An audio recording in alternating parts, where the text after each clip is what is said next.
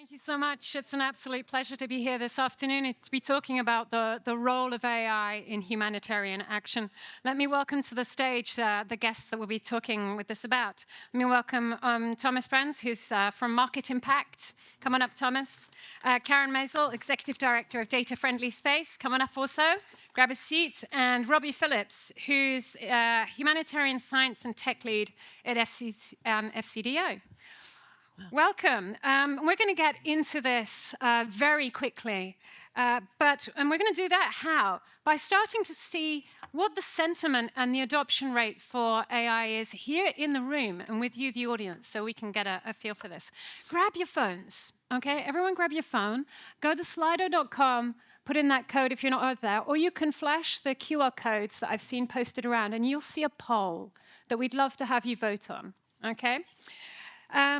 But first of all, whilst you're thinking about this, I want to just get a few hands up also. You've probably got your phones in your hands, so put your hands up if you're already using AI in your personal life, okay? If you're already, yep, okay, there go the hands. So if you're using it in ChatGPT, Google Maps, Spotify, if you say, hello Alexa, Siri, okay, all those hands went up. Put your hands up if you're using AI in your work. Okay, so quite a few hands going up there as well, here on the panel also. All right. Now, when you've got your phone in your hand, I want you to complete the poll here and answer the question, what do you think is the role of AI in humanitarian aid? Okay. Do you think that the main role, the primary role, is going to be productivity in terms of increased efficiency of what we're already doing and what is already being done? Do you think that this is more about innovation and this is about transforming the way that things are happening, the way that things are being done? You may be not sure yet, and that's why you're here, to find out more. Or do you think that, in fact, it doesn't have a role and that AI shouldn't be part of the picture? I see that we've already got 29 votes in. And maybe more, they're coming in thick and fast. And what we have here, 36 now, is the efficiency. So actually, the majority of you are believing that it's improving the productivity of existing processes. Innovation is coming in second place. In terms of creating new ways of working. I don't know yet, but I believe it can play a role, is the minority in the room. But I'm quite happy to say maybe that so far no one has voted for I don't believe it has a role. Interesting. So that's the context that we have here in the room. Now, AI is just another tool, and tools are not meant to make our lives easier. Tools are brought to us to enable us to push harder, to go further, okay? Tools break rocks. Humans build cathedrals. That's what we need to be thinking about. AI is a new tool. It brings new creativity to us.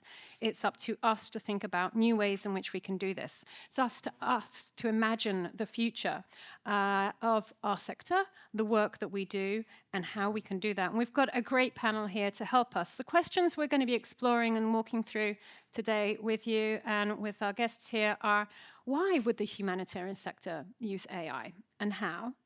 What are the concerns that we have about this, and how do we manage these?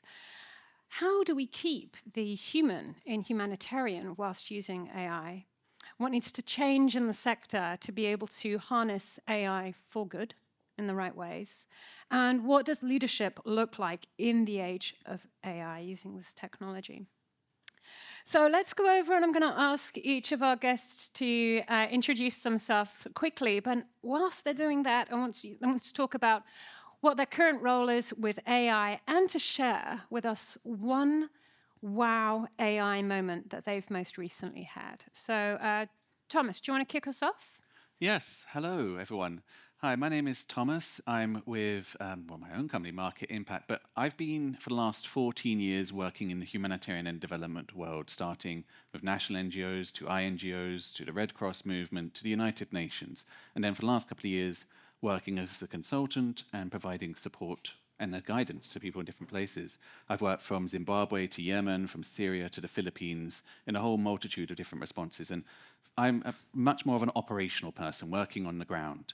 And for me, that's one of the key ways that I've been brought into working with AI, is okay, we have these problems, we need to solve them, we need to solve them quickly. This is another tool in our toolkit. How are we going to make use of this? And also, what are the risks and guide rails that we need to put in place to make use of it? So that's been an increasingly important part of my work for the last 2 years, and I'm glad to be sharing that here today.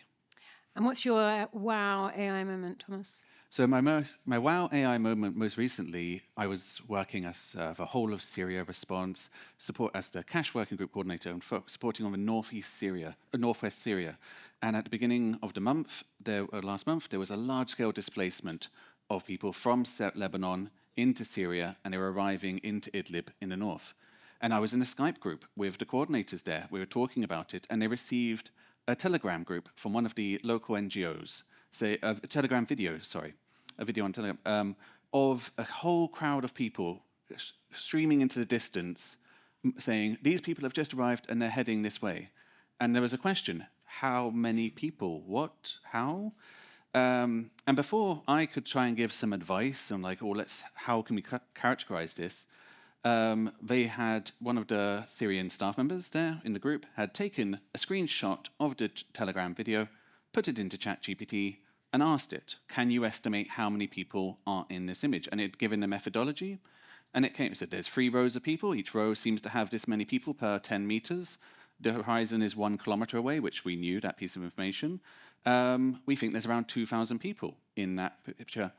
And it turns out afterwards there was around 2,300 people who arrived that day. And for me, that was an oh wow moment, both for how quick they were to use that tool and how quickly it solved an issue that we had, because it was good enough information that they were able to operationalize and take action. So for me, that was the bottom-up use of the AI and just incredibly new use cases. So. Thank you. Karin, over to yourself. Do you want to tell us a little bit more about DFS, what you're doing, and your oh wow moment? Hi everyone, my name is Karin. I'm the CEO of Data Friendly Space. To explain what DFS does, I need to go 10 years back. The first panel said in a very cool way, I think William, it was you that said, humanitarian community is middle-aged. Well, the humanitarian data community is almost a teenager. And yeah, so just this year we celebrated 10 years of the humanitarian data exchange, for instance. So really this appreciation and acknowledgement that data is important to the humanitarian community started to emerge about 10 years ago. So what do we need for a teenager? We need some discipline, and we need some house rules.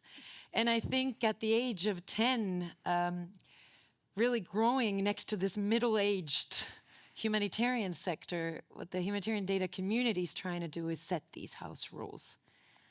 These house rules involve topics of data standardization.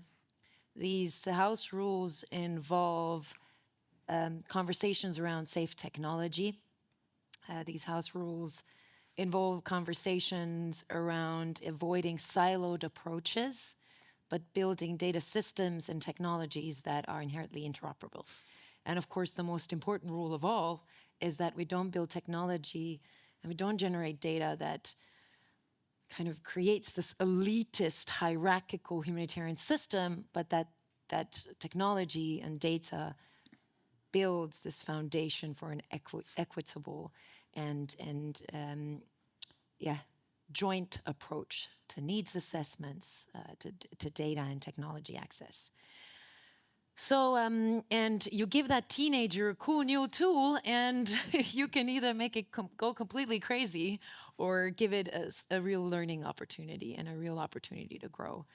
And so DFS is sitting somewhere between the middle-aged humanitarian community and the almost teenager data community.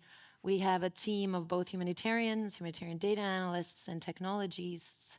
We build AI-powered technologies exclusively for the humanitarian community.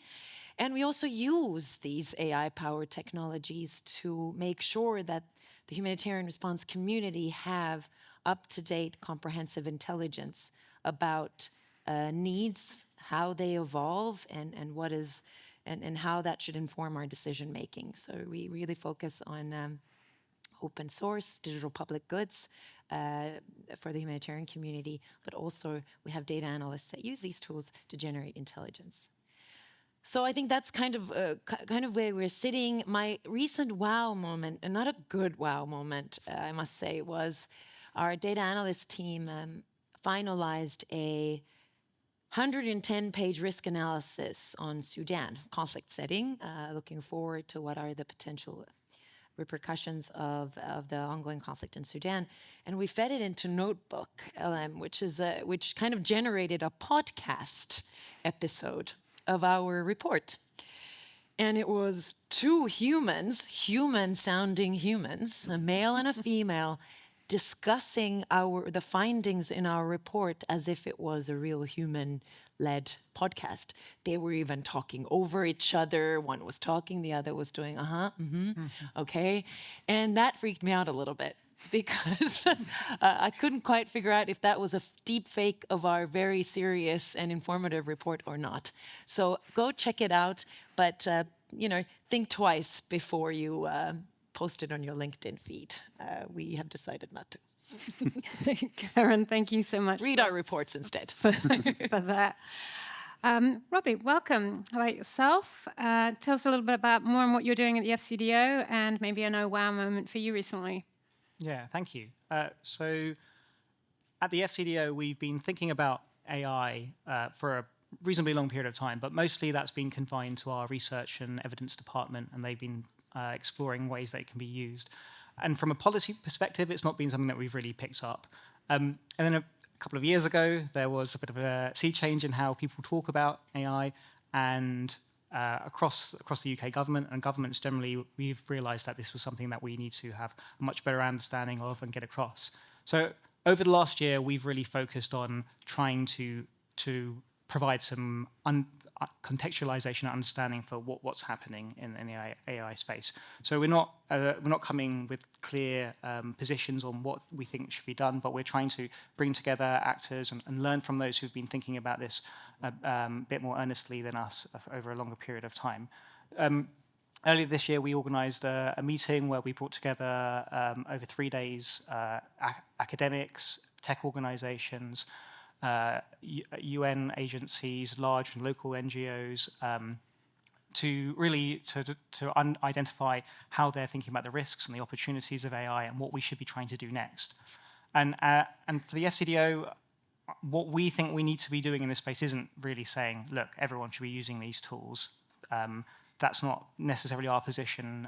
But what we do want to be doing is thinking about the ecosystem for how these tools are used. How can we be confident that they can be used safely? How can we support it where sensible for them to really try and overcome these headwinds that we talked about increasing need and finite resources?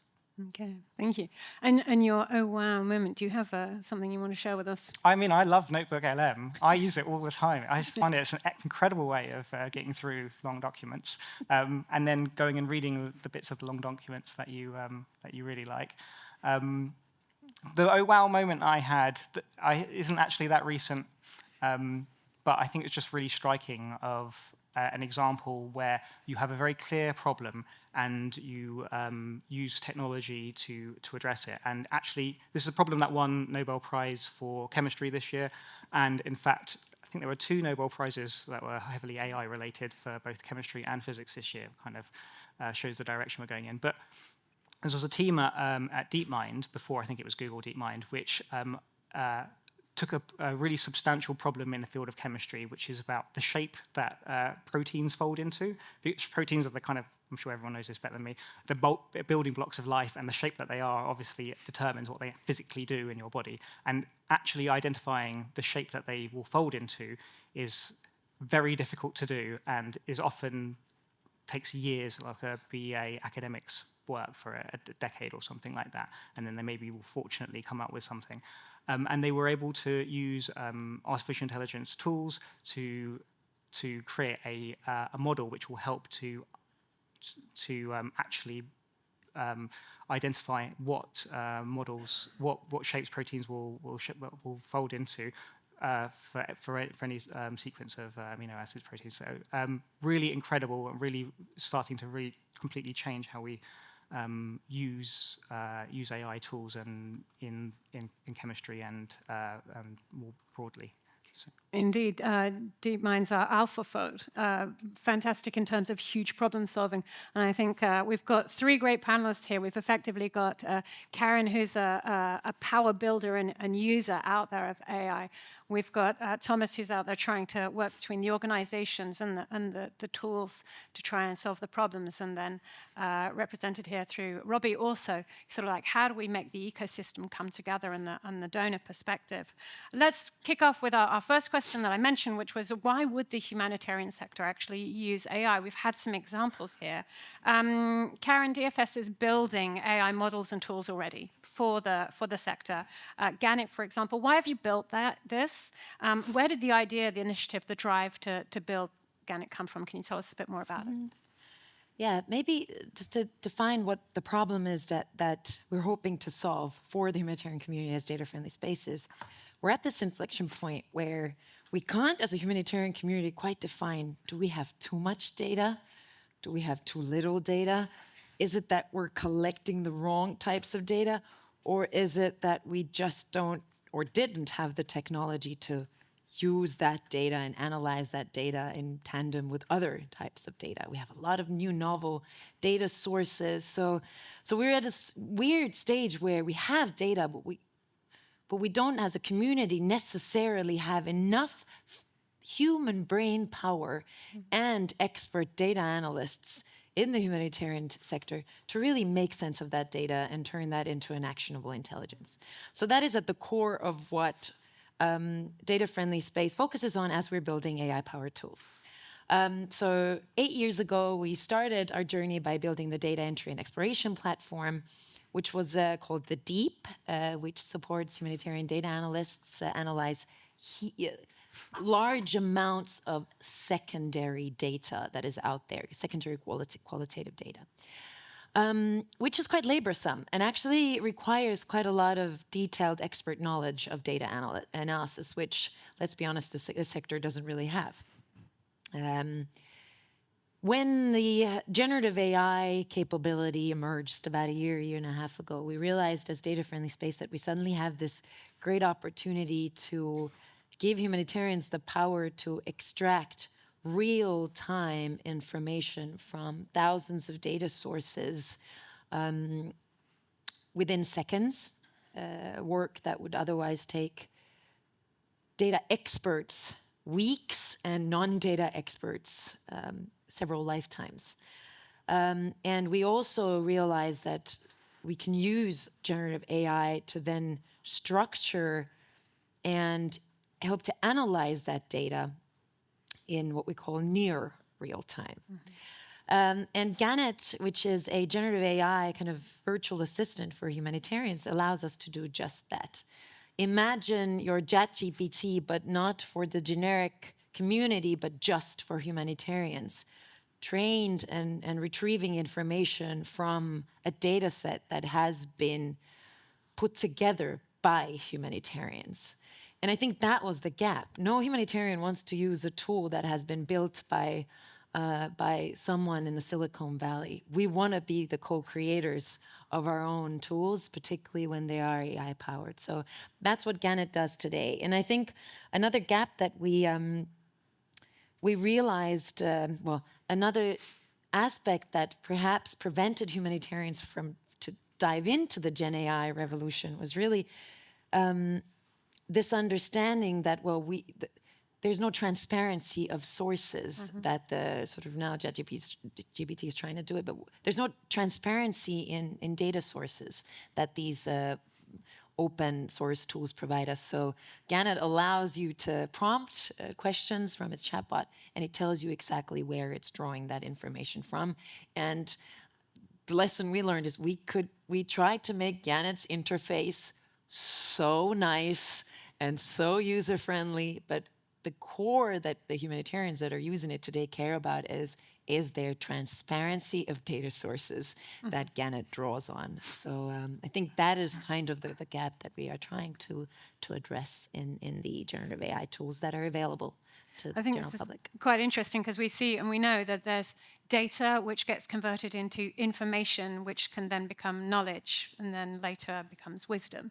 And I think we're just talking about sort of like the teenager element of it in there, but transparency is definitely more key in this process now than ever. Thomas, why use AI and how? You come from a sort of cash assistance background. Can you give us maybe one or two examples of how it's being used, why it's being used? Yeah, absolutely. So I guess the first reason of why is it's being used is because the humanitarian industry is first of all going through a crisis. It's going through a crisis of funding. It's probably that dictates nearly everything where we're going. You know, if we're talking about billions of gaps between what is requested as need. Every year the need goes up. And in the last couple of years, we've seen funding reduce. In real terms, in 2016, if we were to say total funding versus total need, that worked out at $160 per person in the world in humanitarian funding. If you do an exact calculation today, same metrics, it's $60 per person. So humanitarian agencies are it's incredible. It's a thing that's mentioned by the colleagues before us, they shouldn't work. In many cases, they are working overstressed over time and trying to make a very complex thing happen. And so what they're so a tool that increases productivity, yes, they're going to grasp it and make use of that there. How are we actually seeing this being used? We're seeing there's the two generic use cases, which is using ChatGPT or Claude or Gemini directly, or using more bespoke models and more bespoke teams. The most immediate, where we're seeing broad-based, is very bottom-up, is that direct, okay, I need to take this ACAPS report and give me a 300-word summary. Write this meeting minutes for me out of this thing. Read the meeting minutes from this working group and tell me what's important. Time scarcity is a key issue for there. But we're also seeing it as a force multiplier. The IFRC, working with the Turkish Red Crescent, when there was the earthquake, tragically 2 years ago now, in Turkey, Syria, their IM team had an immediate problem on day one. We need to know, are the markets still working? What are the prices of the goods? Are the ATMs still operational? We need to, and how many of the people that they were working with are affected by that conflict? They had the ESSN program was reaching millions of refugees in Turkey, and they had a small IM team of 3 people. And so they focused on using ChatGPT as a co-development tool for programming.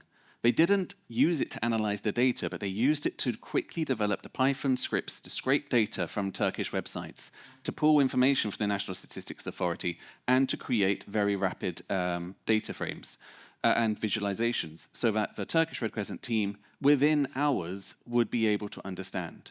And that was critical, because the analysis could have been done and taken longer, but in 2 weeks' time, that would have been useless. What was needed is an answer to the problem right now, and how could they use those tools to make that happen there. And as I said, other great examples is Garnet is a great example of a more bespoke model. And we're seeing the Norwegian Refugee Council has built in models and tools for training, for answering simple questions from their teams, which uses the AI component to contextualize and explain it, but not to do the underlying analysis. It's very structured. It's trying to turn existing resources and guidance into more interactive guidance, but with very limited elements there. Again, trying to make it so that the team in the field who don't have time to access a HQ expert to explain a problem to them can get a simple explain to me, what is this guidance? Why are we doing this? So those, again, are the 2 main points there. So and indeed, this is what we see. I mean, often when we think of like how to use AI or why to use AI, it's not a black and a white. There's a scale on which scale to use AI. And I think some of the examples you've just given there are great ways in which AI can assist in the approach. to problem solving. Robbie, you just mentioned AlphaFold as your sort of like wow moment for technology, and this, I think, is proof that also AI is not new. It's relatively new to us as users because since November 2022, it's been around for decades, though.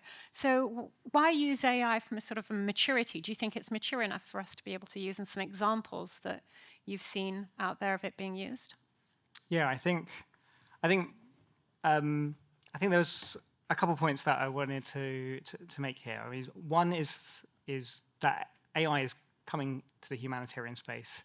Definitely, it's inevitable, and we've already heard conversations about it being used in anticipatory action.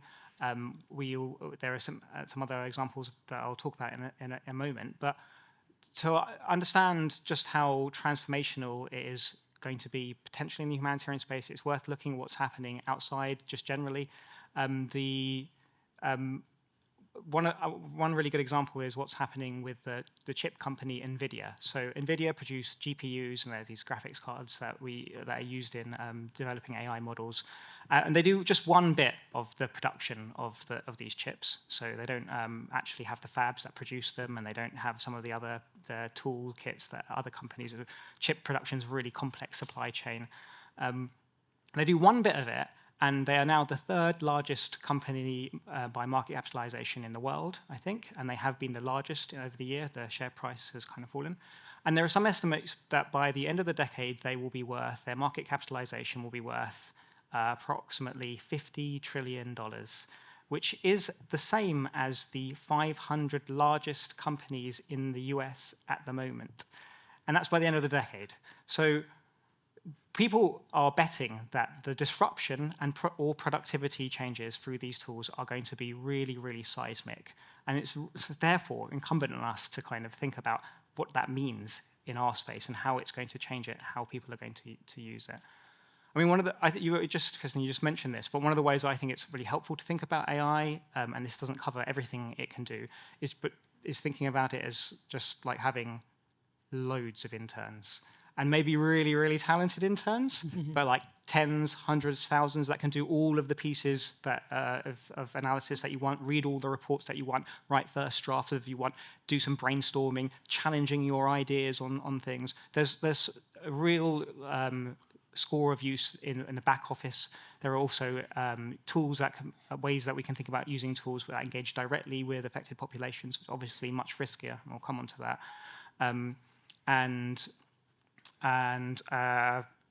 Also tools that we can think about how they help us to make decisions about where resources go. Again, really risky, and need to think about that. But some of the ones that I think are more mature are perhaps in the medical field.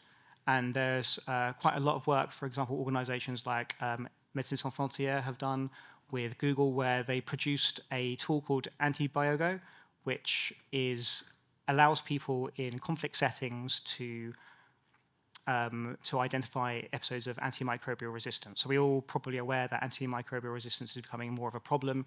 It's often a serious problem in conflict settings. But in those settings, obviously, we don't have infrastructure or medical staff. So what MSF and Google and other group of academics did was create a tool that can be easily used on your phone to take photos of blood samples to identify what course of action, antibiotic action, would be needed. And that is something which is obviously really crucial for stopping antimicrobial resistance, hard word to say, from getting worse and more extreme, and provides support in really low resource settings. And there are other examples like that. So tools that are being used to support organizations identify levels of malnutrition much more quickly, or be able to support people to deliver water treatment to prevent cholera. And so in the medical field, which I think has been thinking about more narrow use cases, has been doing this for a longer period of time, and has actually been able to identify specific problems and good solutions.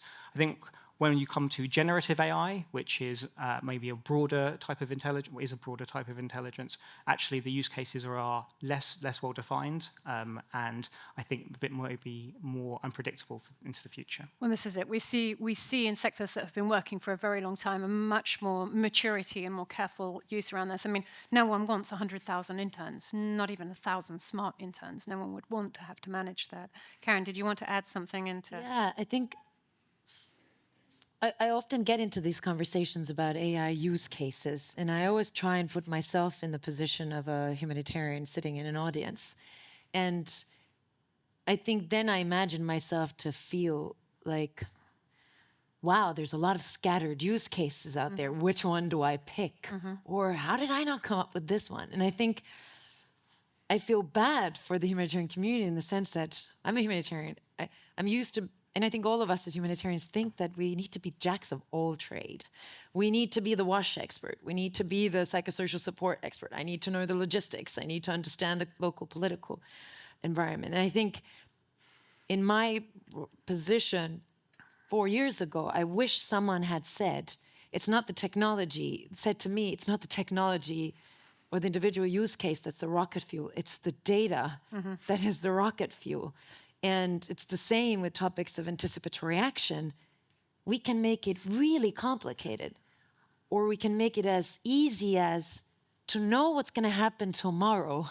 I need to know what happened yesterday. Yep. And sometimes just having that basics of understanding that us humanitarians, we have so much to offer to the AI community through data and our domain knowledge of the humanitarian sector.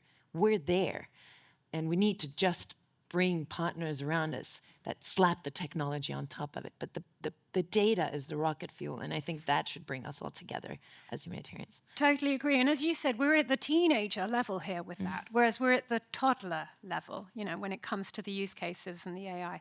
But data is key. Whether we're talking about using AI for productivity, for resource management, risk management, models, forecasting, quality control even, the data there is key. Thomas, I want to talk about data because as soon as we talk about data, we also talk about sort of personal data. And in fact, personalization is one of those areas where AI could potentially help, and in fact is helping the education sector, as an example. In humanitarian cash, what do you see that there are some of maybe the challenges around using the data, personal data, then to be able to use AI to create personalized use cases for humanitarian cash? What's the pros and the cons in there? Brilliant. Well, I'll try and keep that simple because I probably could talk for days on this point. But starting off very simply, when it comes to humanitarian cash, we often have a lot of data because we're linking to banks, we're linking to financial service providers, we're collecting know your customer information, and we need to put them into our databases. And then immediately the next big problem is, how do we actually define? We're working in countries with not national ID systems. If it was in Sweden, we would have the tax ID, or in Ukraine, the tax ID. It's amazing. I was working in Yemen, where they have 26 official government documents issued by different sides to the conflict, which are used by humanitarian actors for verifying a person's identity. So that's always an issue. How can we use this personally identifiable data, their first name, their last name, where they're born, and what thing, to identify that person? And then, obviously, how do you use that? You could use AI to run algorithms better, to develop the software needed to run these algorithms. And wouldn't it be amazing if we could work out very quickly that this person who's received this emergency cash also is eligible for this water and sanitation program? Let's share their details. Or this person who's on a health program is also the same person who's on our protection program. Yes, let's link that together. But the key thing here, when it comes to personally identifiable data and their use cases, is in many ways we always joke and say data is like nuclear waste. It powers your program like nothing. It can really make you go so much faster, but it is radioactive and it's dangerous, especially if it's leaked, and we have to assume it will eventually be leaked. But more importantly, when it comes to AI uses of personal data and personalization, you come to the immediate of informed consent. ultimately, AI use of data is no different from our data policies, our GDPR, and procedures we should already have in place for using personal data. But also, is it actually possible to get informed consent for life-saving humanitarian information? Or more correctly, if I press it, the thing is, say, go to a person in Yemen who is in famine situations and say, to be enrolled in my program, I need you to give me your first name, last name, all of your details, and I want you have to give me your informed consent for me to share this information to an AI model I don't really understand, that's on a server in America, to do something I don't really know how, and it will help me do my work. And if you don't give me that informed consent, you can just starve to death, because there's no way for me to include you in my program if you have the right to starve to death. But how do we as humanitarians, can we use that as a use case? Can we use that personally identifiable data when it's not, we know we can get the consent, but it isn't actually reasonable to expect that they can't give that consent to us? So this is a case where both it could be incredibly useful for us, it could be incredibly dangerous, and is there actually an ethical way for us to maintain our principles and do that? So this is an area I don't think there is an answer to, but there's a lot of discussion on that field at the moment. And Karin, when we're talking about data and standardization, which is something that you're working on, how are you trying to sort of enable and facilitate the storing and the structuring of both qualitative and quantitative data, then, so that we can, if we choose to, then start to use AI in different use cases on it? Well, at DFS, we focus mostly on qualitative data, but let me just explain to those of you here what we mean by data standardization, because it doesn't sound so sexy, but actually when I maybe unpack it, you'll see why it's important. Within this 10 years, the humanitarian data community has had many bad experiences of arriving at a scene of a sudden onset crisis, such as the Nepal earthquake, and realizing that everybody rushes to collect data from either secondary sources or primary sources knocking on people's doors. And so everybody's asking the same questions, reading the same reports, spending their first 2 weeks trying to understand what on earth is happening, and then starting to respond. So the idea of standardization is, hey, how about we do this together, and how about we do this jointly so that it's more cost effective, there's less duplication, and that maybe, just maybe, we will also have a similar template that we're putting all of our findings into.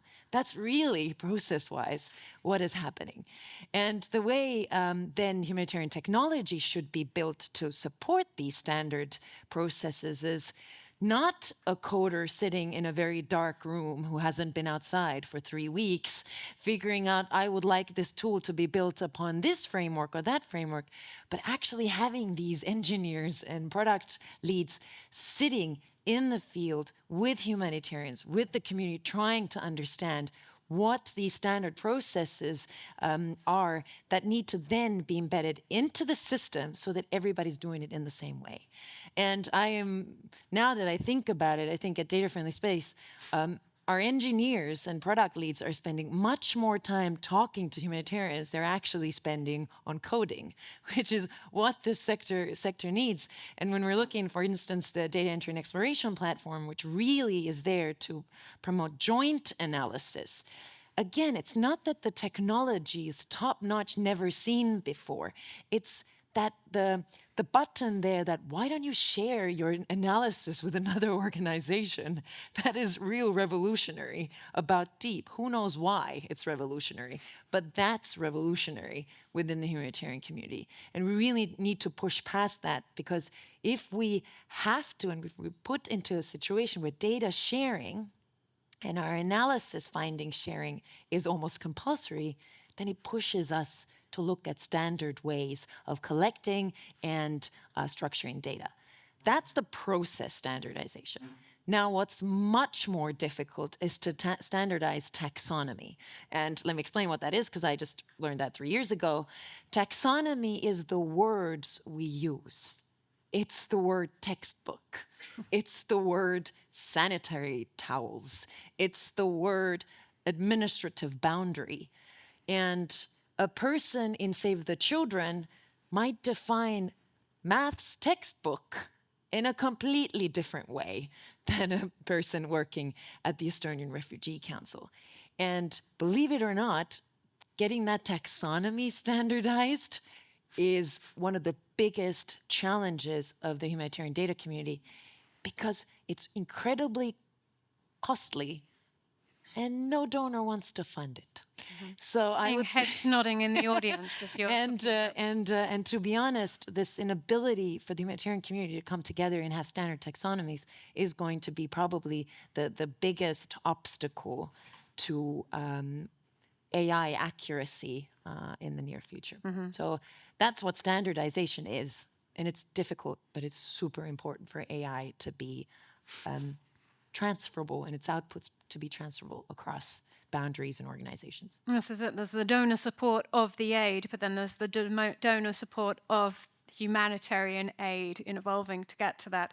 Coming to the donors, Robbie, FCDO, how are you using AI? What is FCDO doing with it? What are you up to?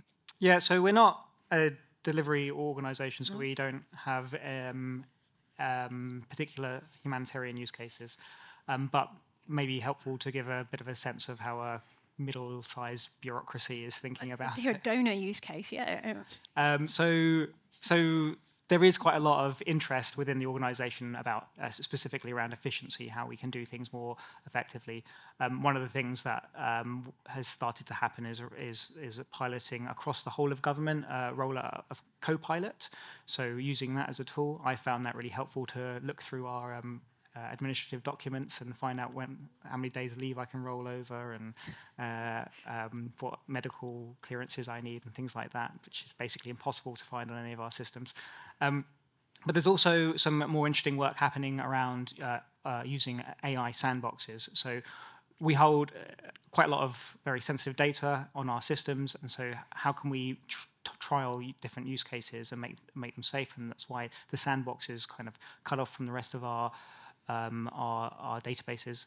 And some of the things that are being trialed here are around, for example, how we can improve the quality of exploring through our evidence so that we are able to pick out lessons learned from all of our program documentation, how we can maybe draft different types of correspondence that are maybe appropriate for, because we get a huge number of correspondence, especially around crises, and how we can make sure that those are done much more quickly, and therefore we can put staff time to potentially other use cases. So those kinds of bureaucratic use cases are being quite commonly used across, starting to be explored. Well, I think it's important that we look at the cases from throughout the ecosystem. We've talked about sort of like systemic changes a lot today, but I think we need to understand that it's coming throughout the ecosystem, be it through the donors, the aid organizations, the recipients, the local people on the ground. It's going to be there throughout. So let's talk about one or two of the concerns that are coming. Karin, what concerns are you hearing from the community? The humanitarian aid community, talking about AI tools in general? What are the main sort of pushbacks and concerns you hear? Maybe just to start with, we don't yet have everyone's favorite word, use case, for AI in the humanitarian sector that has truly taken off. So I don't think we can yet talk about proper lessons learned, because a lot of the AI use cases, what we are seeing is that the user base goes up really rapidly as the hype for the specific tool is there, and then drops off really rapidly. And we're not quite sure why that is. Is it a concern of bias? Is it a concern of, is it that there's not enough data culture in our sector, that people don't really go to the models for data, which is concerning? Or is it because they're not easy to use, or whatever it is? But some of the concerns that we are hearing from the users of our tools, but also other tools, is the data that this tool draws on, is it balanced and is it well curated? Particularly, is it using data sources that are both international, but is it also using data sources that local organizations value? Are you considering multilingual data sets? Are you using data sets that are particularly zooming in on gender issues, particularly zooming in on disability data? So people worry that the data behind these tools are not well curated and are not balanced. So that's one worry. The second worry is that how do we balance human decision making with AI outputs? And I think that is really where we haven't gotten to a good answer yet in the humanitarian community, that how far should we use artificial intelligence solutions in our anticipatory analysis? Should we get the data? Should we do the analysis ourselves?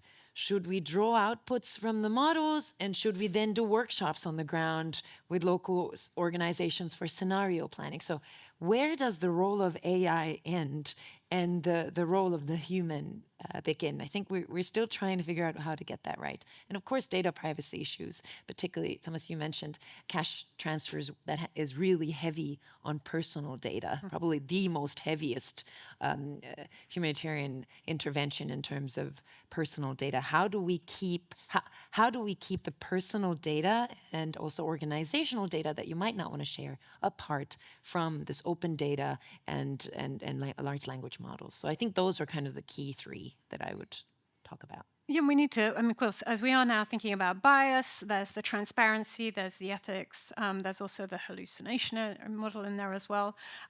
Thinking about the fact that we're at this toddler phase, really, with AI. What do toddlers do, and how do toddlers learn out there in the world? They play. Okay, that's how we learn and we experiment and we play. And so that's, I think, where we kind of are at the moment in this. But at the same time, we're doing that in an incredibly context and risky environment. So how safe is it to play? And that's where the guardrails and the sandboxes that you mentioned, Robbie, are so important. Thomas, when you're out there working with organizations that are actually, ready almost to play, to experiment, say, okay, how can we use this? What are you hearing as the level of concerns, and how are those levels of concerns different based on whether you're talking to senior management leaders or logistics teams or folks in the field? Yeah, so it's a very invalid question. So first of all, there's two types of risks that I hear all the time, which is how is the risks for us of how we are using it, and the risks to us of other people using it against us. For us, the number one risk that I hear from senior management, and then even more, is the idea of shadow IT, where we've said, well, the donors aren't going to fund a co-pilot, and we're not going to pay 20 euros a month for each of our staff members to have ChatGPT. But we also recognize, like Tokyo University did a study where 97% of students reported that, yes, they'd use ChatGPT in their essays. And that means nearly every new graduate, the new acted intern, the new program officer, the new people who've just come from the LSE, Columbia, SOSPON, SOAS, they're all native in ChatGPT because they've used it all to do all their essays, to be hired. So we have a whole generation of people who've been sent into the field on a Friday night and have been told they're in God knows where, and they said, oh, there's a UNHCR proposal that needs to be written. I need you to work over the weekend and get it done. They're going to use an AI model. If we ban them, they're still going to use the AI model. So how do you mitigate that? And how do we then put the risks, which is, yes, you can use these models, but don't share confidential information. Don't do this. So those are key issues. The second issue is the human in the loop. One of the key use cases is we just don't have enough people. We don't have enough experts. So it's reasonable for a shelter program manager to ask ChatGPT for advice on how to do a market assessment or a rental assessment. He's a builder or an engineer, not an expert in that field. What are the biases of these models? And the models are really useful if you are an expert in the field, because you can pick out the 5 or 10% when they're wrong. But here, because it's reliable 80% of the time, well, that 10% could be critically important for not doing no harm. So where's that balancing act there? And then there's also, for senior managements, they're going, yes, this is really good, but it's cost of compute. I can't afford to pay licenses for people. I can't afford to build a model. Who's going to pay for all these tokens? No donor is going to give us support cost. And how would we run this as ongoing the way the contracts are framed? So that's bias. It's the ethical issues. There's obviously the personal information element. to us, though, is something I hear a lot. I was talking to an INGO in Sudan just a few weeks ago, and they asked me a question. They said, we're quite worried about they didn't use this exact phrase, but democratization of synthetic media, where it's like, yes, people have always been able to make a clone of Biden's voice or make the Pope say whatever he wants. But we're worried that you can run these models on your laptops now. And what happens if RSF clones the voice of our area manager and sends a WhatsApp to a local community leader saying something totally horrific, or that this person is biased? There could be a mob marching on our office before we even know about it. In Ukraine, NRC had to stop doing written tests before interviews because they became completely useless, because every written test was perfect. And then you would have people coming in who couldn't speak English. Also, there's concerns about procurement. Okay, the procurement, the tender documents all seem correct. There seems to be lots of email exchanges, but actually the procurement officer has shown how that person in the field can actually synthetically create 20 emails back and forth in an instant, all date stamped correctly. So that implies that procurement was done correctly, but actually that's all retroactive. But how can we detect all of that retroactive synthetic data about a procurement that was done when they were caught out versus was it really there? So this sort of post-truthness that AI enables undermines humanitarian neutrality, but also makes the operating area that we're already struggling to do anything in exponentially harder. And those are the key main concerns. And I don't want to talk down those concerns. They're very valid. But those concerns are actually coming up in pretty much every sector and every industry today. You know, we've already had cases of major financial fraud through deepfake and synthetic media. But luckily, we're learning, okay? We're reacting much faster to AI technologies with regards policies and frameworks and sandboxes than we did for social media. It took us decades to get around to doing something for social media. So, Robbie, the EU has the AI Act. California has an AI Transparency Act. That's transparency about the training data that's out there. What are the FCDO looking at and maybe using to gauge the robustness of organizations that you're giving grants to and you're supporting that are using AI models? Yeah, that's an excellent question, and it's one that we don't have a full answer to at the moment, but it's something that we're thinking about. So there are lots of ways you can. So there are lots of obviously different types of risks, and we've covered some of them. So there are the system risks of AI tools just not working very well, so they're being biased or hallucinating or being brittle. So climate models, for example, which are based on historic data, might work very well today, but as the climate changes, they might not work as well in the future. There are risks around distributional impact in the humanitarian sector. What if only large organizations can use tools? What does that mean for how we deliver? What does it mean for locally led action? Lots of really important things for us to be thinking about there. There are increased data protection issues, and there are just the general issue that always exists when we use technology of waste and duplication for using these tools. So lots of different types of risks to do. Just focusing on your question on the systems failing and when we're funding things. One of the things that we're quite keen to do is provide some boundaries for responsible AI. So what does it mean? So that we as a donor, when we're funding things, can feel secure, that we're not doing something that leads to harm, but also so that within the community there is understanding of what actually ought to happen, what needs to happen. And there's quite a breadth of different ways you can provide. You can look at these risks. So, for example, you can, if you have a lot of money, you can get your AI model certified. So you can run an assurance process where you get some people to come in and they will explore whether your model is biased, and they will test it. And those assurance processes need to be updated regularly over the lifetime of the model to ensure that it maintains it and that its certification. And that will cost you over £100,000. It's also a relentless task because your model is changing every couple of weeks. So. Yeah. So it's very, very expensive. It's very difficult to do. But I mean, that's kind of gold standard. There's also use of standards, so like international standards like the ISO standards. There are some around use of AI, and if you look into those standards, it often involves things like doing risk analysis. So similar for your data protection practices, where you undertake an impact assessment and think about the risks and of using those tools and where harm might arise. There's also just evaluations of the tool, so you might compare how your tool works compared to the status quo and identify if there are any risks or if your model is suggesting doing things differently. And there are also kind of policies and guidelines, so how an organization should think about whether it's using ChatGPT or allowing its staff to use it, or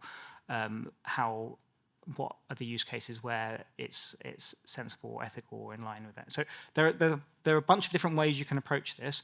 And FCDO are quite keen to do some work to think about what is appropriate in the humanitarian space. So for responsible AI, I think the way we would like to conduct some work in this area has kind of 3 prongs. One, I think probably the most important, is that it's collaborative. So it works across the piece with different humanitarian stakeholders, and not just people in the room here, but also making sure that we have local voices, communities, local NGOs as well. Second one is that it's proportionate.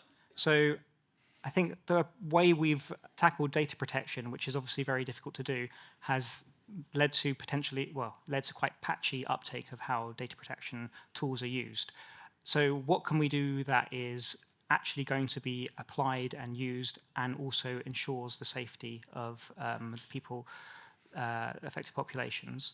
And then finally, I think this is really critical, is that we shouldn't be trying to reinvent the wheel. There's a lot of everyone's thinking about this outside the humanitarian space, and if we want to have very high risk tools which we think maybe ought to have that kind of assurance process taken, we'll need to have certification from that, and we'll therefore need to be kind of aligned with the wider ecosystem that exists for assurance or for safety. So thinking about the tools that already exist and how we can apply them and put a humanitarian lens on them is really critical. Mm-hmm. And in fact, William this morning, earlier today, was talking about sort of like the standards out there, and I think this is an opportunity for people in the community to actually come together and determine maybe what those standards should be. We could go down the dark rabbit hole of all of the risks and concerns, but I just want to come back to bias and thinking about how do we keep really the human in humanitarian. Robbie, do you have any examples of good work that is being done to address this and to address the risk of bias, and maybe sort of frameworks or example standards that you're seeing out there that have been put in place? Yeah, so... oh, sorry, I beg your pardon, Thomas. That question was to Thomas. I said, oh, okay. No, but Robbie can answer. Go ahead, guys, take it away. Okay, yes. So, you want me to answer it? I can answer it. Yeah, please, go for it. I answer it. I think there are three things that we should be really thinking about when we're thinking about this particular question around bias. So one is around the data. So actually, Karin's really answered quite a lot of this question already. So the data that we use is obviously, if it's biased, then when models are trained on it, they will be... Put rubbish in, get rubbish out. Yeah, and they will be systematically biased as well. And so when you put maybe even better quality data into them later, the way that the models are structured, they won't work very well. So it's about making sure we have diverse data sets, funding data, kind of addressing that problem. And then a second approach is about maybe evaluating those tools. So you actually look at whether your model is biased. If you have a process for doing something before, you can compare it. That's obviously really important and should be considered as part of any sort of tool which is engaging with populations. Mm-hmm. And then finally, we're coming back to this human in the loop or human oversight. So really, when I use the example of human being an intern, I think that's a really helpful way for us to think about these tools, because they provide, at the moment, they provide useful, high quality, in some instances, information to us, but you need an expert to be able to identify where it's good or where it's not good. So if you have a human, that can be really powerful. So Robbie's given us some principles. What about Can I just comment? Just one other thing, because it's a callback, and I expand it. Is that one of the examples I mentioned earlier, anti-Tobago. So the strapline for that is makes decisions with you, not for you. And the entire ethos of how that was designed and built was to enable and empower people working in difficult settings rather than to replace them. Okay. So, Thomas, out there in the field, addressing bias, can you give us an example of maybe something that you've seen good work that's being done around this? Yeah, so I mean, from a practical perspective on the field, it's more how can we use the existing models and capture these issues. So there's two main things that have been, first of all, piece of guidance, which was ask very small questions. And ask it, here is a transcript of a meeting. Please give me the output of it, not tell me what's happening in Syria, right? So you're asking, and don't ask it 3 things in one prompt. And it sounds as stupid as possible, but the more precise, the more information you're giving it, and the more gowns in the prompting, that can restrict what biases get in there, and they're keeping it more controlled. The other thing that we've seen people try to use to do is basically implement loops, where if you ask the question, please transcribe this meeting, or review this transcription of a meeting, and then basically you say, oh, here's a meeting minutes, does it match the transcription? And you say, here's the prompt, and the code says, review now the meeting against the other one, and gives the output. And do that 5 times, and give me a score on all of these, so that you are then getting a scoring out of confidence and getting the AI to justify, why are you making this? If you're asking it to do analysis for you, explain, treating it like it is a new student out of SOAS and very confident, justify why you are doing this and explain why you've made these conclusions. But again, I think these are probably things where you've worked more on it. So. I agree with all of this, and I love the question of how to put human back in the humanitarian in this context of AI. And it's funny, I keep smiling to myself because I keep asking myself, when did we start holding AI to a higher standard than we hold ourselves as humanitarians? There's actually someone's just put into here, I'm going to interrupt, if we're worried about the bias or blind spot of data used in AI models, the same bias data is used without AI. Yeah, bias is one, but I was recently in a conversation with somebody that said, the definition of safe AI is or ethical AI is if we tell local communities that we used artificial intelligence to guide aid decisions to your community. And I said, I agree, but have you ever, as a humanitarian, gone to a community and said, I know you need rice, but my donor only wants to fund psychosocial support, so I'm gonna give you psychosocial support instead. So if we have never practiced the type of transparency which we should, we've never been great as a community practicing transparency, explaining to beneficiaries how we've landed at this result. Why on earth are we putting that expectation on now using AI? So I think I wish we could take some of that energy we're putting into discussing how AI can be safe to reflecting, are we safe as humanitarians ourselves, which, by the way, this whole do no harm concept started with, because even humanitarians are not safe for beneficiaries. So I hope that we will have these conversations around humanitarians, safe humanitarian and safe humanitarian AI in parallel. But maybe, sorry, go ahead, Thomas, you wanted to... Yeah, I just wanted to add a point on there, which is a lot of those use cases which we're seeing in the monitoring and evaluation teams of humanitarians, or accountability directed, is where they're using it to transcripts of key informant interviews or complaints and feedback mechanisms. None of that data is otherwise analyzed, ever. Yeah. They don't have the capacity. So it is that sort of good enough question. That's when it comes back and says, we would never bother doing this. We don't have the time, we don't have the resources. All these people are bearing witness and we're never listening.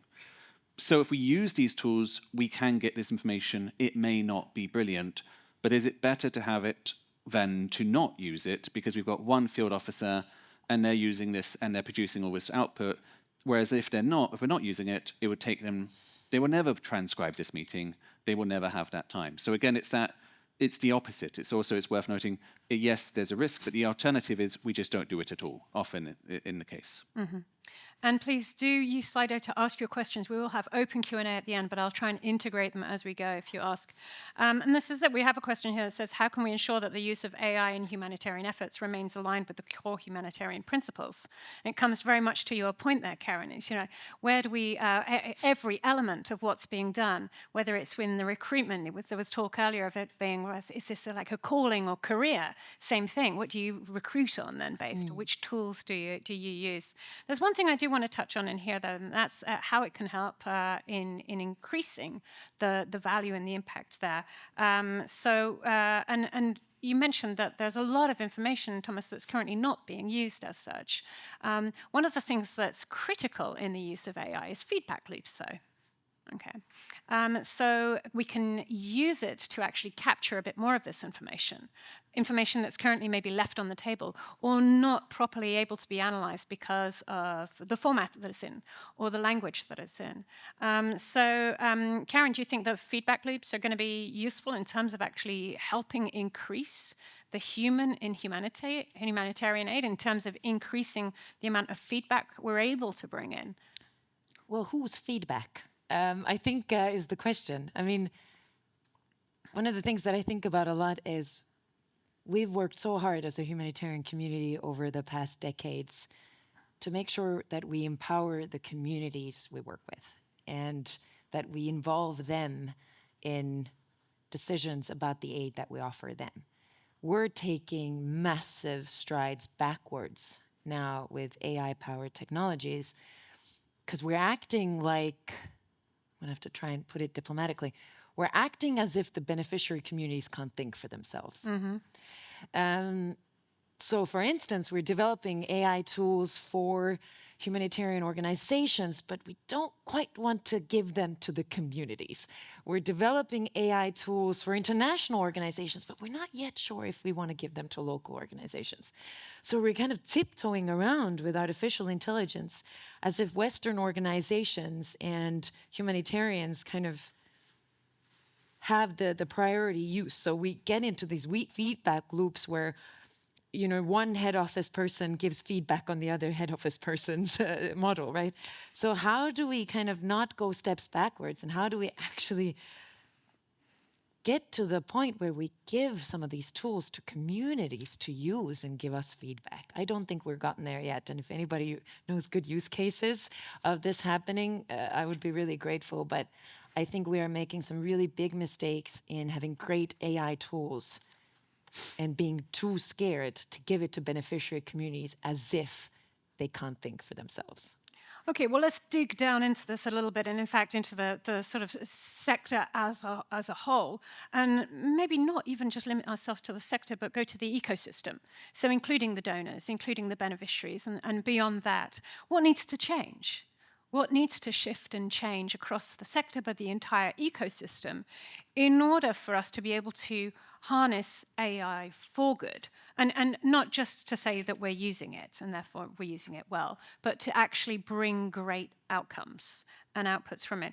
Thomas, in your opinion, why hasn't the sector evolved, and what needs to evolve in terms of the inputs into the sector and then the outputs also? Again, I'll try and be as concise as I can. I think there's two main issues. Well, I think there's many, but two for me is, the first one is the humanitarian industry doesn't have many people from the tech sector in it at all. And like, if you practically look at the management and how people are hired, you have protection people who are lawyers. You have development people who study development studies or human rights or political economy, who have now come into management, and they're generalist program managers. You have logisticians. There is no role in a field level for an operational, for an IT a person who's actually learned computer science. The positions don't exist. So when they do have IT people who are at HQ, they've never been at a food distribution point. They've never been at a field office. They don't actually understand the reality of how the industry works. They understand the sort of sanitized thing, what we say at HQ of what we do, not the actual brutal reality of what we actually do. And that means that easy solutions are not identified because the people who the tools may not, the people who are not aware of it there. Now, the other big issue, though, is cost. I've touched on this a few points, but I was last week at a conference in Barcelona, and there was a great example of an AI GBV chatbot that had been developed in South Africa with a grant from the Bill and Melinda Gates Foundation, which was providing GBV services to people in local communities. It'd been localized, there's a lot of community engagement had been done, and it nearly bankrupted the organization who was responsible, because people talked to it a lot in the feedback, and the compute cost was not something that they'd completely underestimated the budget of the compute cost. When you offer a service, this is the minimum product fit for the AI in the humanitarian system, the beneficiaries of it, the actual beneficiaries, they're not going to be able to pay. But the donors, are they going to fund substantial costs for us to run these AI models and these AI products? So no, humanitarians are, when they do it at the moment, are limiting it internally and limiting it to a small budget and small numbers of people. And that's potentially going to limit how it can be used and how it can be, these tools actually brought and operationalized at a field level and an operational level there. There are many different drivers when it comes to change. I mean, we've talked about technology, we've just talked about talent, market forces, economic. One of the things that I haven't heard about today is the great wealth transfer that's coming down the line, okay? $84 trillion is set to change hands over the course of the next 20 years. That's as the boomer generation transfers its inheritance and wealth across to Generation X. And Generation X thinks and acts very differently from the boomers. There's going to be about 12 trillion potentially coming to charity, and those decisions made by this next generation will be, the 12 trillion will depend on that. That's going to have a significant impact on the sector and on the ecosystem. Everyone's going to be thinking differently, giving differently. It's going to have an impact on donations, grants, individuals, high net worth individuals, family offices, foundations, governments also. Robbie, what needs to change in the donor sector, do you think, in terms of technology and AI adoption in order to respond to the evolving donor landscape? Yeah, I think this is a great question. One which there are many answers to. No, but we're all looking at you, Robbie. No, I mean, donors, obviously, we need to kind of grip this problem and provide a platform for example, resources that come in from different paths to actually be used in an effective and efficient way. So what can we as donors do to help provide to help kind of shape that ecosystem? And I think there are a few things that we should be really focusing on. So one is is supporting the building of relationships. So Tom already spoke about the importance of relationships. The relationships between humanitarian sector and tech organizations, that's really important. And there's an obvious power imbalance there. So can donors play more of a role to actually help broker those relationships, help address issues around procurement, help provide a platform for humanitarians in general to talk to those organizations to provide more support? I think that's a really important thing for us to be exploring. But also, how can we support the humanitarian space to be more collaborative in general? So a lot of these challenges are shared challenges, and we've already spoken today about the kind of the focus at the moment for organizations to compete with each other. But actually that competition can lead to duplication and waste. It can mean that our practices aren't transparent, and that means that we're not learning, we're not sharing information, and also it means that the models or AI tools that we use are potentially more risky than if they were transparent. So how can we help create a more of a collaborative rather than competitive space in here? I also think we need to be trying to support wider conversations around polarization. So there's the way people approach problems is, human nature is to create a narrative about something. So you think about something, and then if you are able to kind of remember like kind of salient bits of it, you can have a story about it. And so the stories around AI are, it's a silver bullet, and the other story is it will kill us all. And maybe that's, well, I won't comment on that. So those are the things that people have in mind. But I mean, that's doing the whole sector a disservice, because these are nuanced, difficult challenges, and we need to have quality conversations about them. And so stepping away from polarized views and actually really engaging in the detail and improving the quality is really, really crucial. And the last thing I want to talk about, has already been covered a few times, is what can donors do to support more locally led action and also more participatory AI.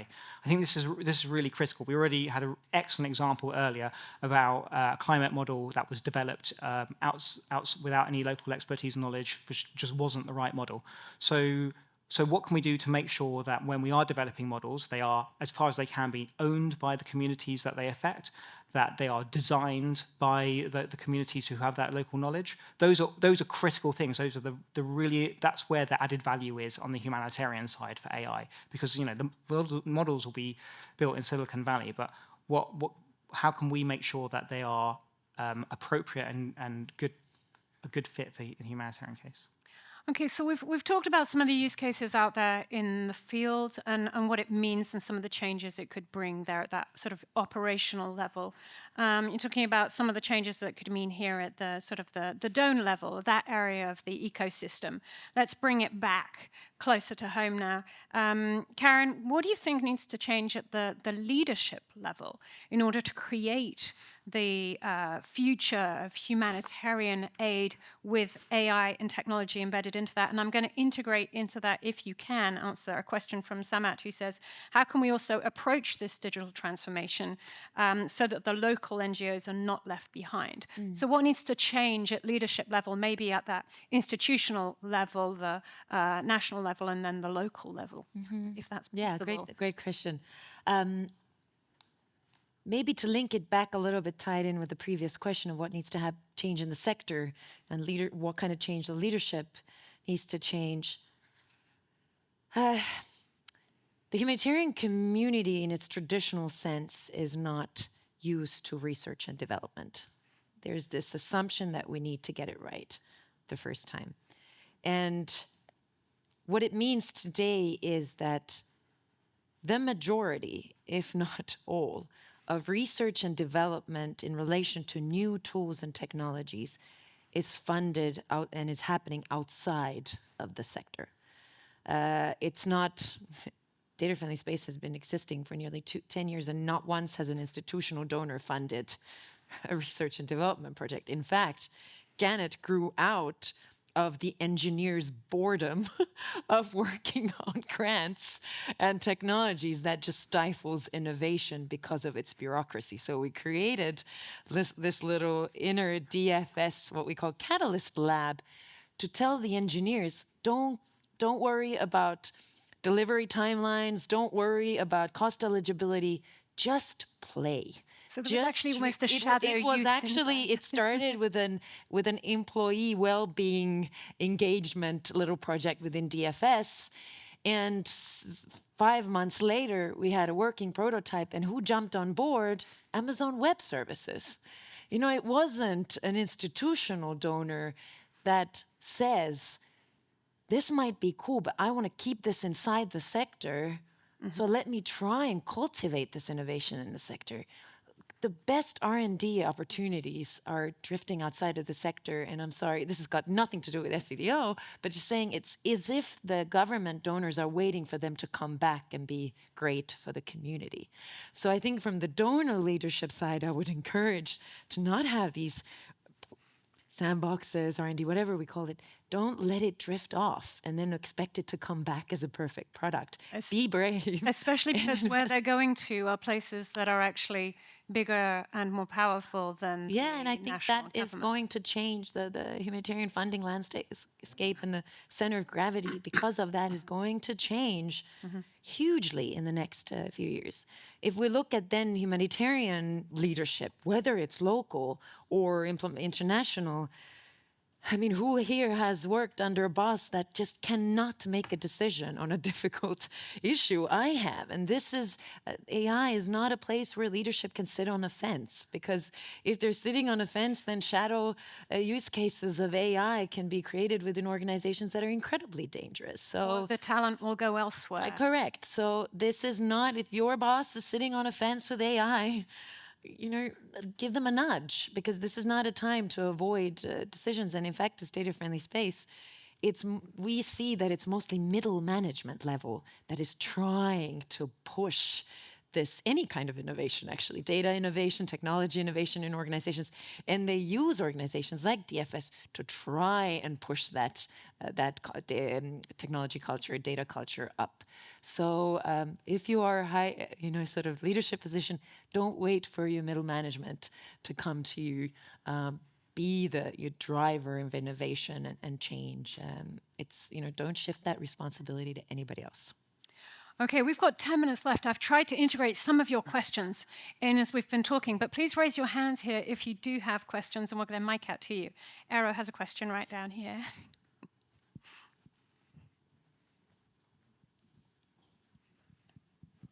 Thank you. I have a ton of questions, though, but maybe to be a bit of the devil's advocate again, as is necessary. Looking back 100 years, the car was invented also, as a substitute horse, right? So we never foresaw, how it's gonna change the urban landscapes, how we end up having car deaths, accidents, etc., etc. So a lot of unforeseen consequences because we are lacking this kind of foresight and anticipatory foresight. So if you need to predict right now, and now the timeline is getting, we are not talking about 100 years of development, but things happen, next year everything will be different. But if you try to think ahead, 10 years, what are we not seeing right now in terms of how it's going to actually change the sector on one hand, but secondly, as I opened in the morning, how it's going to change the sector in the other way, how it's going to change the war for the worse. Are we seeing AI-led warbots roaming around without any, human touch and making autonomous decisions in the warfield, also vis-a-vis civilians? Thank you. Well, I think 10 years into the future is a lot to ask, Eero. 10 weeks at this rate at which this is moving. I'm going to hand this over, but I will say one thing, and I think if you can imagine it, it's already been imagined and maybe being worked on. Okay, that's the dangerous, scary part of it here. But it means that we can also start to work on countering that. Thomas. Well, look, I'm not going to talk about my fears of the future because I would be here all night. And in truth, I feel like many of the science fiction books I read growing up were now showing me the AI use cases I'm now worried about, but are coming to reality. But I will talk about a positive that may be a good, I've mentioned it before, is the democratization of these tools. That's where I think is an important thing. I think we're maybe missing the fact that UN agencies and the INGOs, which are almost UN agencies but without the per diems, because they're so big and so bureaucratic, aren't going to be the ones who are going to make use of these tools. But there's no limit stopping a INGO or a national NGO taking these models from Hugging Face and running it locally themselves. So that is a great thing there. There's a democratization. I mean, I have friends who are their full-time job is being a grants consultant for INGOs, and they're brought in to write an echo proposal. And they're full-time, and So no national NGO that is able to compete for funding against INGOs who have these dedicated experts who aren't involved in operational implementation. Well, okay, those jobs are going to go away because the AI probably can write those. So that is going to help. You know, an INGO is going to be able to ask an AI agent, explain to me what is ECHO, what is a single form, how do I get this application, how do I do these things?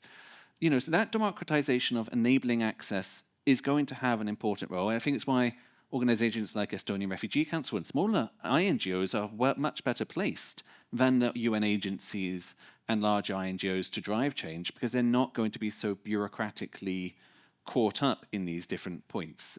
So again, I think that's where I'd see the optimism and the opportunity. But yeah, I could go on forever, but I'll throw it to the rest of the panel. Karin, Robbie, anything you want to add? I keep thinking that if an AI can write your proposal for you, then the questions are too easy. Then they're just not specific and contextualized enough. So I think, I do know people do that, but I do think that maybe in 10 years, then the questions donors are asking us are something that a generic model can't write for us. So I hope that we'll get there, same in universities. But I think how it will change the sector in 10 years, I'm going to tackle this fear that humanitarians will become replaced by AI or robots, and I think this is not the case. I think we need to get to a place in the sector where AI doesn't dumb us down as humanitarians. By the way, we are proud as humanitarians. We're proud of the work we do. We're proud of the contexts that we've worked in and we know so deeply and intimately. We're proud of that. And I don't think in 10 years we will be in a place where AI would have replaced all of that, where AI would have dumbed it all down and made it all pretty much equal. We still have to maintain our human values, our contextual knowledge, our intricacies. But I do hope where in, 10 weeks, AI will take us is that we're able to scale the complexity of working with humans.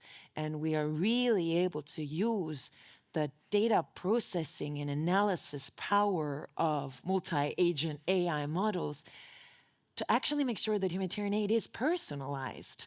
Like, how many of you guys have ever heard that a refugee has allergies, food allergies? Nobody. But it's not because they don't have food allergies. It's because we don't know, and we have no ability to process and respond to that data today. Or have we heard of an IDP child having dyslexia? No, it's not that they don't have dyslexia. We just don't have the brain power in the sector to deal with that, because it's easier to, give the same textbook to everybody. So I hope that AI will help us scale the complexity and the reality of working with human beings. And that is a very optimistic outlook to where we will be.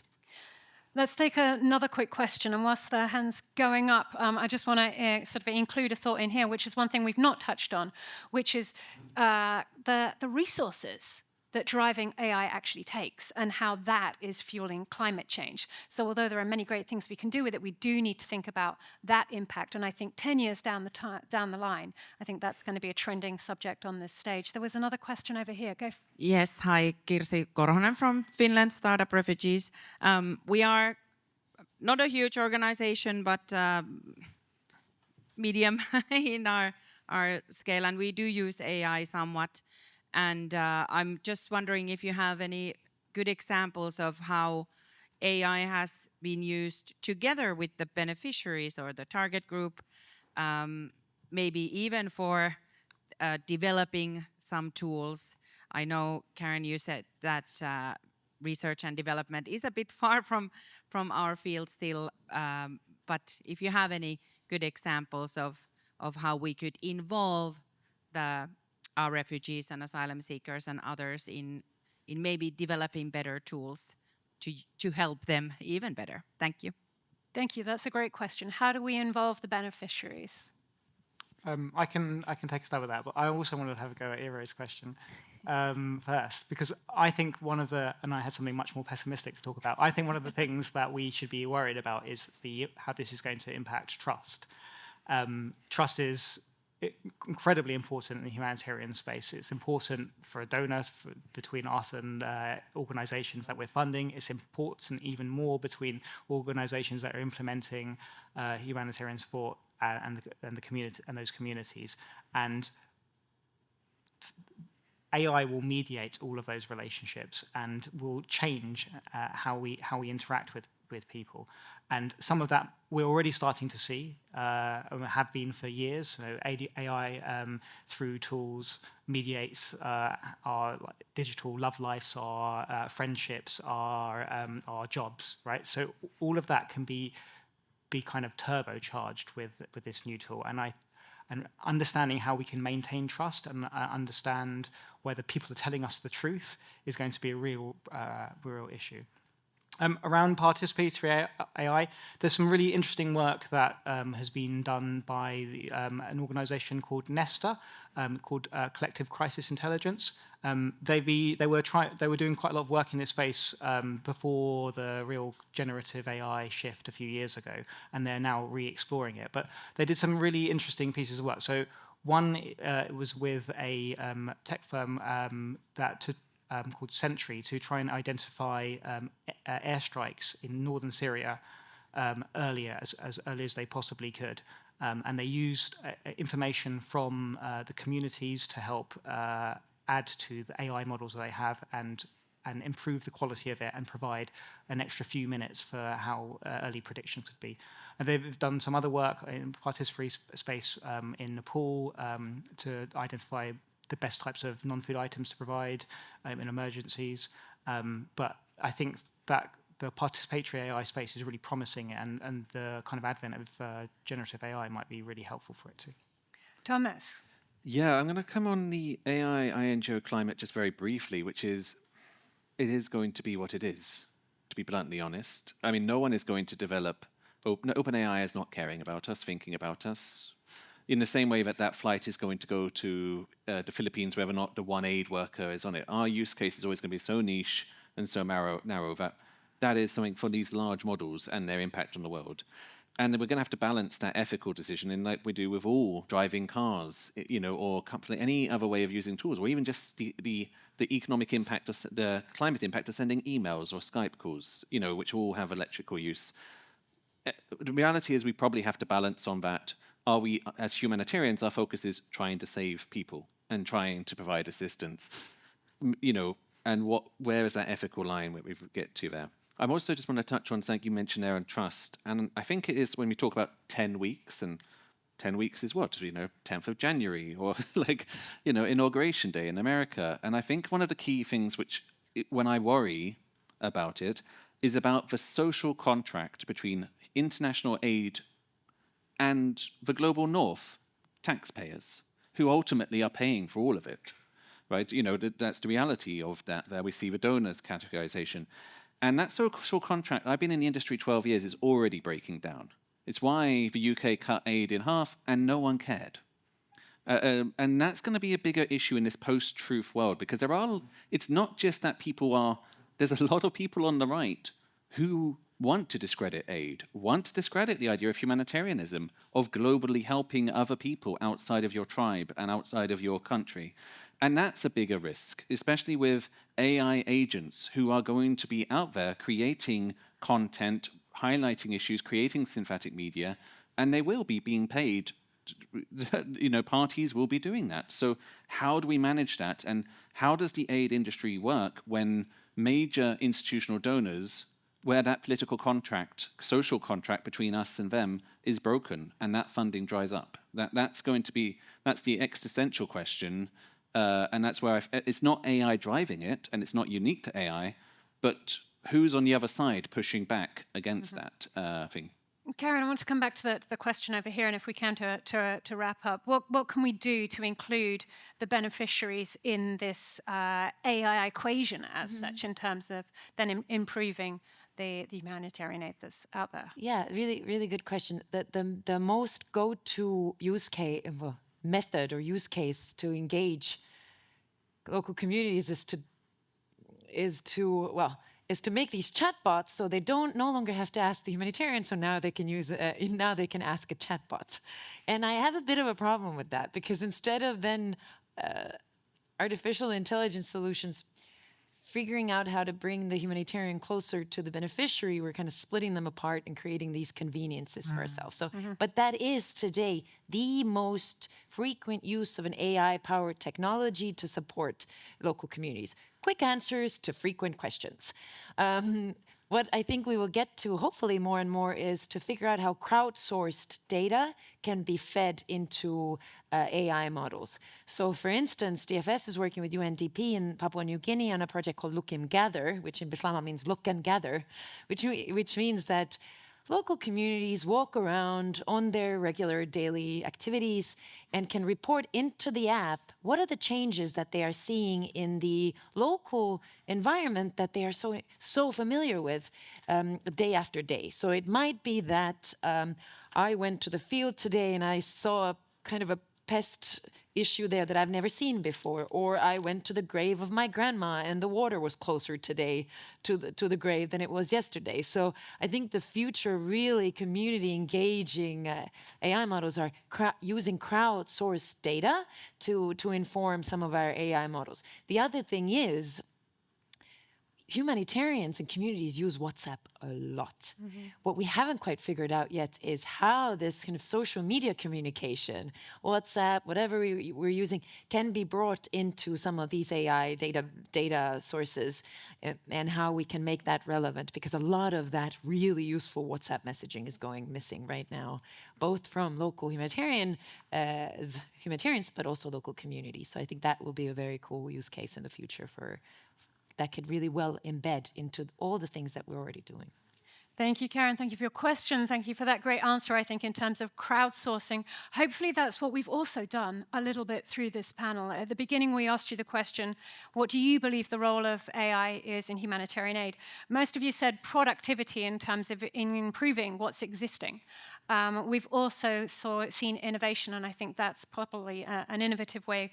For those of you who said, I don't know yet, hopefully we've given you some ideas. One thing that is clear is that the answers are not clear. We are working on this, and I think we need to go out there, play, and I hope to come back at some point in the future and continue the conversation, because there's certainly lots more to be said. Thank you so much to all the panelists. Thank you very much to you and to the ERC. Thank you.